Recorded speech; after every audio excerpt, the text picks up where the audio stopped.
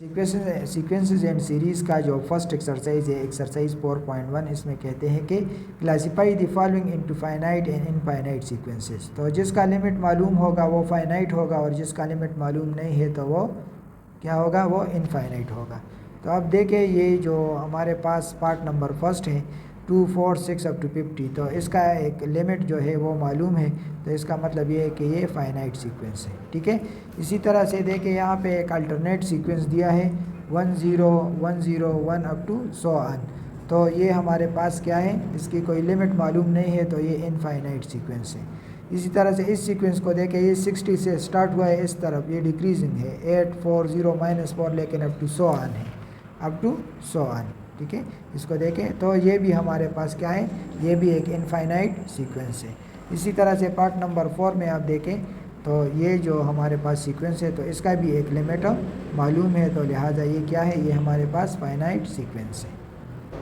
Question number 2 में कहते हैं कि find the first 4 term of the sequence. ये हमें एक सीक्वेंस दिया है, इसके हम 4 टर्म्स मालूम करते हैं। तो n = 1 लेंगे, ठीक है, n = 2 लेंगे, फिर 3 लेंगे, फिर 4 लेंगे। सीक्वेंस की जो डिफिनीशन है वो इस तरह है कि the function whose domain is set of natural numbers। तो जो नेचुरल नंबर है वो 1 से स्टार्ट होते हैं, 1 2 3 तो अप टू 100 ऑन। तो इसको जब हम वैल्यू देंगे तो हम 1 से स्टार्ट लेंगे, n = 1 2 3 इस तरह। तो जब इनकी जगह 1 लेते हैं तो ये क्या है, 1 × 1 + 1 / 2 2/2 = 1। फर्स्ट टर्म इस सीरीज़ का क्या होगा, 1 होगा। ठीक है, अच्छा, इसी तरह से जब n = 2 लेंगे तो ये यहाँ पे 2 = 2 × 2 + 1 3/2, तो ये 3 आएगा। इसी तरह से इनकी जगह 3 पुट करें तो 3 = ये 3 और ये 3 + 1 4/2 2 2 = 4, तो ये 6 आएगा। ठीक है, और इसी तरह से n = 4 जब हम पुट करेंगे तो 4 होगा, 4 और 4 + 1 5/2 2 2 = 4, तो ये 10 के बराबर।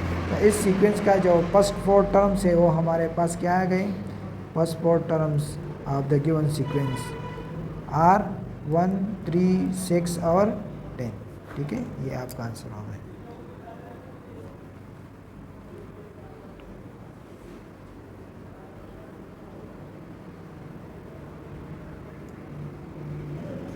क्वेश्चन नंबर 3 में जो सीक्वेंस हमें दिया है, कहते हैं write down the nth term. इसका हम nth टर्म मालूम करेंगे। तो जब हम सीक्वेंस को देखते हैं 1 2 2 3 3 4, तो इसमें जो न्यूमरेटर है वो डिनोमिनेटर से एक कम है, डिनोमिनेटर इससे एक ज़्यादा है। अगर ये हम n ले तो ये क्या होगा, n + 1 होगा। ठीक है, अगर ये हम n - 1 ले तो ये नीचे हम फिर n लेंगे। ठीक है, तो इसमें जब हम इनकी जगह 1 पुट करेंगे तो देखिए 1/2 आएगा, जब 2 पुट करेंगे तो 2/3 आएगा। तो इसका जो nth टर्म है वो n / n + 1 है। ठीक है, इसी तरह से जो पार्ट नंबर 2 है वो है 2 - 4 और 6 - 8 10 अप टू 100 ऑन। तो देखिए इसमें ये तमाम 2 के मल्टीपल्स हैं, 2 1 = 2 2 2 = 4 2 3 = 6 2 4 = 8 2 5 = 10। लेकिन ये अल्टरनेट पॉजिटिव और नेगेटिव है, अल्टरनेट पॉजिटिव और नेगेटिव है। तो इसके लिए हम क्या करेंगे, इसका जो हम इसको जर्नलाइज फॉर्म में लिखेंगे तो -1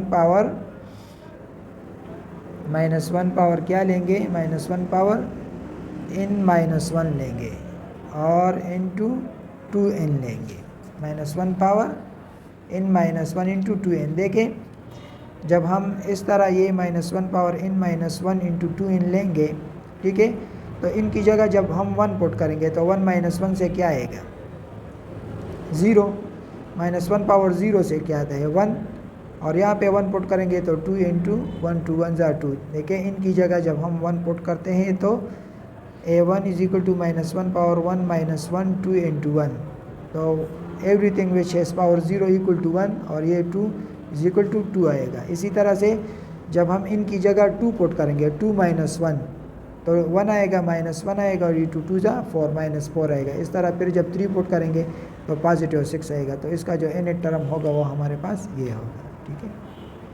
क्वेश्चन नंबर 4 में हमें a1 इज इक्वल टू 3 दिया है और an plus 1 is equal to 5 into minus a n, और कहते हैं कि फर्स्ट 5 टर्म मालूम करें। तो हम यहाँ पे इन की जगह 1 पुट करते हैं। क्या पुट करते हैं? इन इज इक्वल टू 1। तो ये क्या हो जाएगा? a2 is equal to 5 minus a1। अब a1 की वैल्यू हमारे पास ये मौजूद है। a1 की जगह आप 3 पुट कर लें तो क्या आएगा? 2। फिर इनकी जगह आप 2 पुट कर लें तो ये क्या हो जाएगा? a3 5, और यहाँ पे 2 पुट करें तो ये a2 हो जाएगा। तो ये 5 और a2 की वैल्यू यहाँ पे हमने निकाली है जो कि 2 है। तो 5 माइनस 2 बराबर है 3 के। इसी तरह से जब हम इन इज इक्वल टू 3 लेंगे तो ये क्या हो जाएगा? a4 5 माइनस, और ये क्या हो जाएगा? a3। तो ये 5 देखें यहाँ पे हमने a3 की वैल्यू निकाली है जो कि 3 है। तो यहाँ पे हम 3 पुट करेंगे तो हमारे पास फिर क्या आएगा? 2। अब हम यहाँ पे इनकी जगह पे 4 लेते हैं। तो जब इनकी जगह 4 लेंगे तो ये a4 हो जाएगा, और ये क्या होगा? 5 माइनस a4। तो a4 की वैल्यू हमने यहाँ पे फाइंड की है। तो ये 5 माइनस 2 इज इक्वल टू 3। तो जब फर्स्ट 5 टर्म है हमारे पास 3, 2, फिर 3, फिर 2 और फिर 3 होगी। ठीक है। क्वेश्चन नंबर 5 में हमें समेशन फॉर्म में क्वेश्चन दिया है और कहते हैं कि इसको एक्सपेंड फॉर्म में लिखे। समेशन का मतलब क्या है कि sum of this number from 1 to 6। तो यहाँ पे j को हम 1 से स्टार्ट करेंगे, 2 इंटू 1 माइनस 3, फिर प्लस, फिर क्या करेंगे? 2 इंटू 2 माइनस 3, फिर इसके बाद क्या करेंगे? 2 इंटू 3 माइनस 3, फिर j की जगह हम 2 इंटू 4 माइनस 3, फिर 2 इंटू 5 माइनस 3, और फिर 2 इंटू 6 माइनस 3। देखें j की वैल्यू हमने 1 से स्टार्ट की, 2, 3, 4, 5 और 6 तक पहुंच गए। ठीक है। और ये आप सम फॉर्म में लिखेंगे क्योंकि हाँ, ये समेशन का मतलब ये है कि sum of the number j from 1 to 6। तो ये हमारे पास क्या होगा? 2 minus 3 plus 4 minus 3 plus 6 minus 3 plus 8 minus 3 plus 10 minus 3 plus 12 minus 3। ठीक है। इसको आप सिंप्लीफाई ना भी करें तो ये हमने एक्सपेंडेड फॉर्म में इस तरह लिखा। ठीक है। इसी तरह से इसमें जो दूसरा पार्ट है, ये पार्ट नंबर 4, इसमें क्या कहते हैं? Summation k from 0 to infinity और 3/2 होल पावर k है। तो इसका मतलब ये है कि k की वैल्यू आप 0 से स्टार्ट करें। 3/2 0 प्लस 3/2 1 प्लस 3/2 स्क्वायर। इसी तरह से ये चलता रहेगा up to so on infinity तक। ठीक है। क्वेश्चन नंबर जो 6 है इस एक्सरसाइज का लास्ट क्वेश्चन है। इसमें कहते हैं find the Pascal sequence for n is equal to 5। तो इसके लिए हम ये रिकर्जन जो फार्मूला है रिकर्सिव, ये हम यूज़ करेंगे। PR plus 1 is equal to n minus R divided by r plus P, और ये P0। तो P0 जो है इसको हम हमेशा ये भी PR लिख के, लेकिन P0 की वैल्यू आप 1 लेंगे। ठीक है। और R की वैल्यू कहाँ से स्टार्ट करेंगे? 0, 1, 2, 3 अप टू सो ऑन, यहाँ से आप स्टार्ट करेंगे। तो यहाँ पे जब मैं R इज इक्वल टू 0 लूँगा तो ये क्या होगा? P1, और n यहाँ पे हमारे पास क्या है? वो 5 माइनस 0 डिवाइडेड बाई R क्या है? ये 0 प्लस ये वैल्यू, अच्छा, डिवाइडेड बाई R प्लस 1, तो ये 0 प्लस 1 और R की जगह P0 पुट करें। और मैंने कहा कि P0 की वैल्यू आप हमेशा 1 लेंगे। तो ये 5 divided by 1 is equal to 5। तो P1 की वैल्यू हमारे पास क्या आ गई? 5। अब हम R इज इक्वल टू 1 लेते हैं तो ये क्या होगी? R is equal to 1 P2, और n की जगह 5 पुट करें, R की जगह आप 1 पुट करें, डिवाइडेड बाई 1 प्लस 1, और ये क्या हो जाएगा? PR है तो यहाँ पे R की वैल्यू 1 है। तो ये 5 माइनस 1 4 डिवाइड बाई 2, और P1 की वैल्यू यहाँ पे हमने फाइंड की है। तो ये 2 2 ज़ा 4, तो ये हमारे पास क्या 10 आएगा। P2 10 के बराबर है। अब R इज इक्वल टू 2 लें। जब R इज इक्वल टू 2 लेंगे तो ये P3 हो जाएगा। यहाँ पर n माइनस R 5 माइनस ये R is equal to 2 divided by R plus 1, 2 plus 1, और ये PR है तो यहाँ पर ये P2 हो जाएगा।